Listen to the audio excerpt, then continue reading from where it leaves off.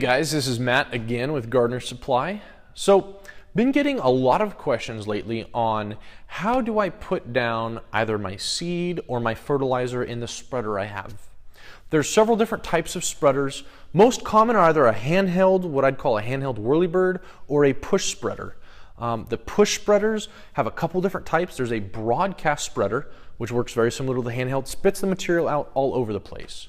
There's also drop spreaders. Now drop spreaders put the material straight down, so this doesn't allow material to get into like flower beds or shrubs, which sometimes is great, sometimes can actually be problematic depending on the material we're using. I should have a link down below if you actually want to see the different types of spreaders. I've also got information on the spreader settings and some scatter sheets that you guys can look at later on. But what I really wanted to talk about was the answer to the question, what number do I set my spreader on? The problem with this, spreaders are mass produced. They are not accurate. In fact, I've taken 5 of the exact same spreader on the exact same number with the exact same material, and I've gotten 5 different spread rates. So what we've done below is we've given both a helpful percentage open as well as a scatter sheet. Now, the scatter sheet is by far the best way of determining if you're putting enough material out. The spreader setting guide below is a good help at maybe starting. Essentially, what needs to happen, and we'll use a fertilizer like 7-20-20 for instance. 7-20-20 gets put down at 10 pounds per 1,000 square feet.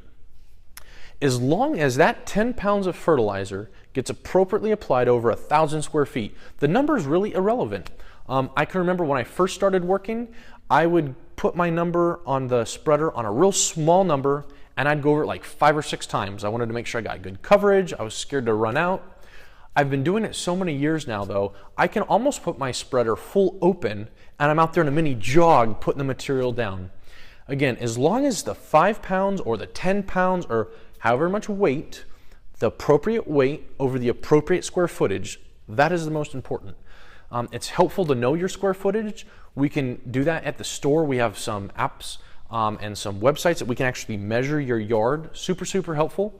And once you get that down, it's simply a matter of, again, the weight over the square footage.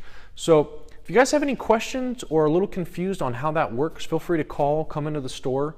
Hopefully some of the pamphlets down below are a little helpful in unraveling that. Again, these scatter sheets, I've got one for the seed. That's actually what the seed would look like on the ground if you were applying 10 pounds of seed over 1,000 square feet. The fertilizer guide is the same thing. That's a scatter sheet of what fertilizer looks like at 10 pounds over 1,000 square feet. Again, any questions or comments, feel free to come in and we'll help you the best we can. You guys have a great day.